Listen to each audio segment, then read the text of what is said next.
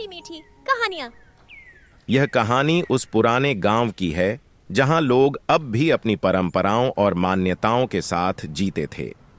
इस गांव का नाम था सूर्यपुर। गांव के बीचों बीच एक विशाल वटवृक्ष खड़ा था जिसे लोग पूजनीय मानते थे।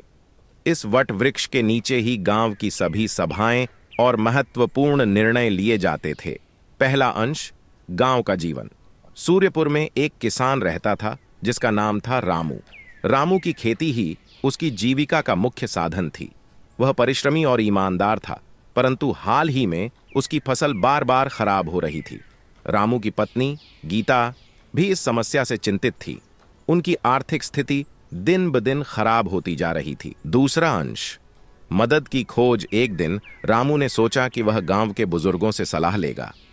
वह वटवृक्ष के नीचे गया और गांव के मुखिया दादू जी से अपनी समस्या साझा की। बेटा, कभी कभी हमारे कर्म ही हमारे भविष्य को बनाते हैं। तुमने कोई ऐसा कर्म तो नहीं किया जो अनजाने में गलत रहा हो?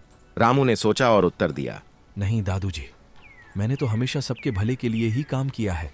दादू जी ने रामू को सलाह दी कि वह पास के जंगल में रहने वाले एक तपस्वी संत से मिले।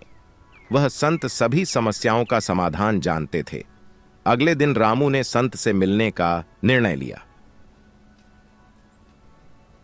चौथा अंश, संत से मुलाकात। रामू जब संत के आश्रम पहुंचा तो संत ध्यान में लीन थे। रामू ने धैर्यपूर्वक इंतजार किया। कुछ समय बाद संत ने आंखें खोलीं और मुस्कुराते हुए रामू की ओर देखा। रामू ने अपनी समस्या बताई और सहायता की प्रार्थना की। संत ने कुछ क्षण सोचकर कहा, बेटा, तुम्हारी समस्या का हल तुम्हारे ही भीतर है। तुम्हें केवल यह समझना होगा कि तुमने किस बात में कमी छोड़ी है। जाओ और अपने हृदय से पूछो, समाधान वहीं मिलेगा। रामू वापस अपने गांव लौटा और घर जाकर ध्यान मुद्रा में बैठ गया। उसने अपनी सभी क्रियाओं और कर्मों को याद किया। उसे याद आया कि एक बार उसने अपने खेत की बाड़ को ठीक करने के लिए अपने पड़ोसी की जमीन का एक छोटा हिस्सा बिना पूछे ही उपयोग कर लिया था। छठा अंश, पश्चाताप और सुधार। रामू को अपनी गलती का एहसास हुआ। उसने तुरंत अपने पड़ोसी से माफी मांगी और उसकी जमीन वापस कर दी।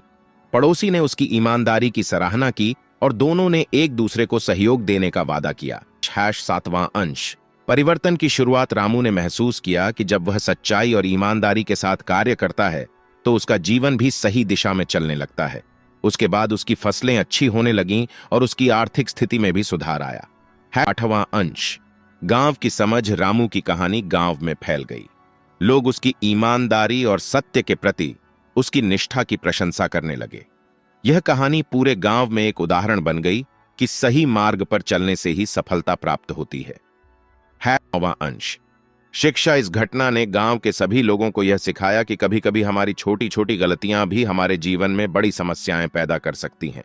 इसलिए जरूरी है कि हम अपने कर्मों का आत्मनिरीक्षण करें और उन्हें सुधारें।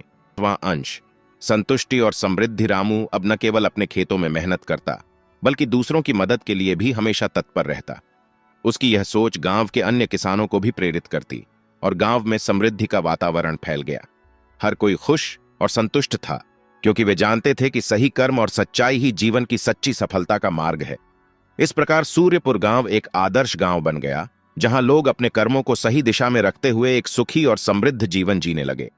यह कहानी हमें यह सिखाती है कि ईमानदारी और सत्य के मार्ग पर चलते हुए हम अपने जीवन की हर समस्या का समाधान पा सकते हैं। वीडियो पूरा देखने के लिए धन्यवाद।